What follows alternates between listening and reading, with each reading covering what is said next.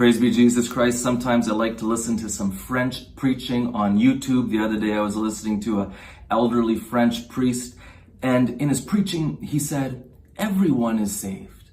Jesus saved everyone, and why does it bother us when we hear that? And he went on to insist that, everyone's going to heaven, we have nothing to worry about. Now, what's tragic is young people who are trying to figure out whether God is real and what kind of life to live.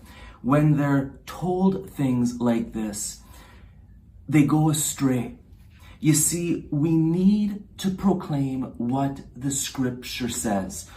In scripture, God says, "You are precious in my eyes, and I love you, and I have called you by name. And even if a mother should forget her child, I will never forget you." And Jesus says, "I will not leave you orphans, I will come to you." And Jesus also said, "I am with you always until the end of time." We're loved by a wonderful God who sent his son, who died for us. But Paul tells us in scripture, he says, put on the armor of God. In other words, we're loved infinitely by a God of mercy, but we're also in a battle for our souls.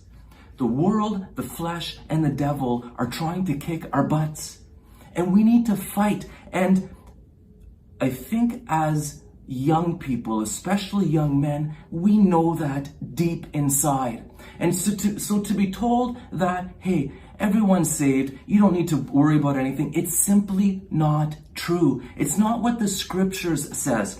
I think a young man finds dignity in knowing that he is called to war. He's called to fight, knowing that he has a Father in heaven who loves him infinitely, who's helping him with the power of the Spirit to fight the battle he is called to fight. Viva Cristo Re.